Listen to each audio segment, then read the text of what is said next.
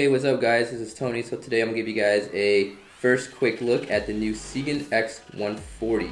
So this is a 140 millimeter from motor to motor frame. It's a true X, as you guys can see here. This frame is designed to work on 1306 up to the 1407 motors from RCX.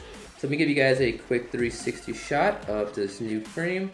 So you can see right now, currently this frame is still in the beta stages, so it's not the final one. But in my opinion, I don't think there's much needed to be changed on this guy. So it's probably near production right now. So starting from the bottom, you guys can see here we have a Sigan Pdb board. This is just a simple Pdb board that just keeps all of the wiring nice and clean and just very, very simple. So you can see it's got the Sigan logo on there.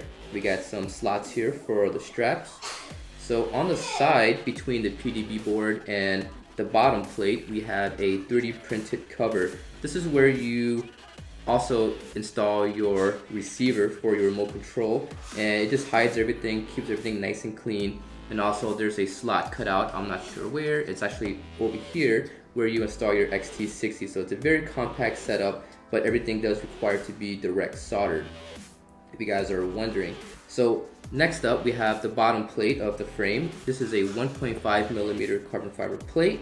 It's a very thin plate, but if you look at the top here, this top plate is also 1.3 millimeters. So if you add up both the top and the bottom, you have a 3 millimeter plate. And also along here we have the 3D printed side skirt. So what's neat about the Sigan frames is, you know, all of the frames has the 3D printed side skirt. So not only does it, in my opinion, look cool, it makes everything nice and neat and very, very clean, but it does add a lot of structural strength to this frame. So for example, I would say that these 3D printed side skirt acts kind of like a beam, like a bridge, you know, when you put a lot of pressure on there. So that allows you to use thinner carbon plates, but still have the strength as the larger, heavier setups, as you guys can see here.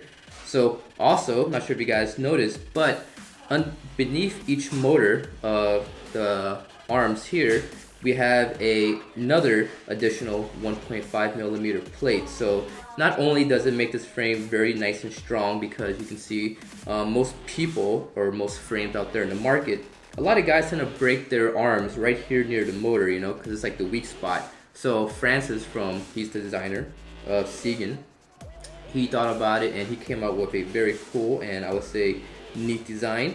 So you can see there's another plate that's screwed down to the motor that's held down, and also another screw, which is the purple anodized screw over here, that bolts onto the aluminum. Not sure if you guys can see it up in here, not sure if my camera can pick it up, it's kind of dark, but there is another aluminum post that goes between the bottom and the top frame. So everything is really bolted really securely to this frame, so very cool. The the flight controller is designed to fit in between the top and the bottom frame. You can see we have a cutout on, so it's actually closed all the way around except for one side, which we have a cutout for the micro USB port. For the flight controller, you will have to use a flight controller that has a USB port located in the center of the flight controller. So if it's offset a little bit to one side, it probably won't work too great on here. So you will have to use one of those flight controllers. This one I have in here is a KISS flight controller. So you can see it's a center mount USB. So up the top here, you can see I have a full-size FPV camera on here. This is the new thing that everybody's using, is the HS1177 FPV camera. Actually on here I have a run cam. It's very similar in spec to the 1177 camera. So you can see it's got a full pod on here.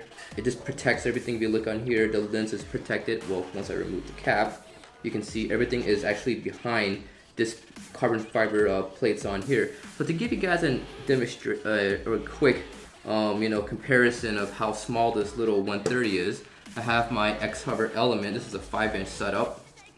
You guys can see it's a big difference. I mean, the Element is twice the size of this guy right here. So you can see 5-inch versus a 3-inch setup.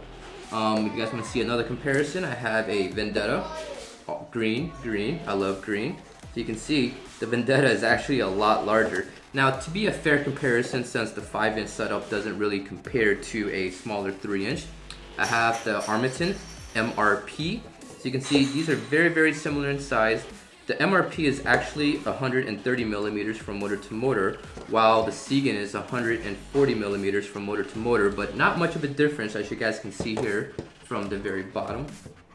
So you can't see too much here, but you can see there's not that much of a difference between 140 and 130 millimeter.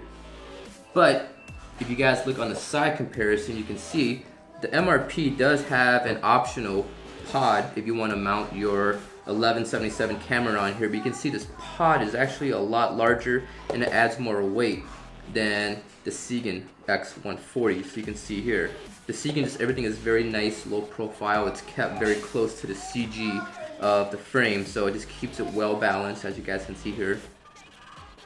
So let's get back to the SiganX140. So you guys can see here, we have some additional carbon fiber plates with some green anodized. There'll be different colors available, so you guys can see the final one when Francis put that one up. But there will be different colors and different styles on here for the 3D printed side skirts and, you know, the aluminum anodized posts. So you can get them, I think, black, maybe red, pink, and other colors like that.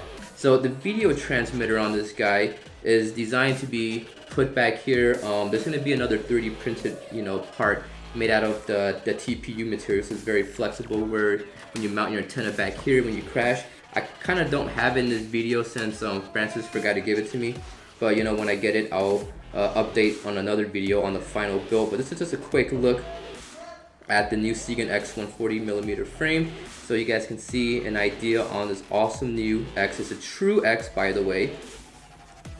I probably mentioned it earlier in the video, but it's a true X. And this is great because, you know, the new X frame is the new thing with the mini quads, because it's just, you know, easier to tune and it flies a little bit better according to some people. I just myself think it's easier to tune because the, you know, the roll and the pitch would be very, very similar. You don't have to keep on tuning all kind of stuff. So hope you guys enjoyed this video. Thanks for watching, guys. And if you guys have any questions, be sure to leave it in the comment box below or contact Francis over at Sigan Frame. So there you guys go. See you guys later.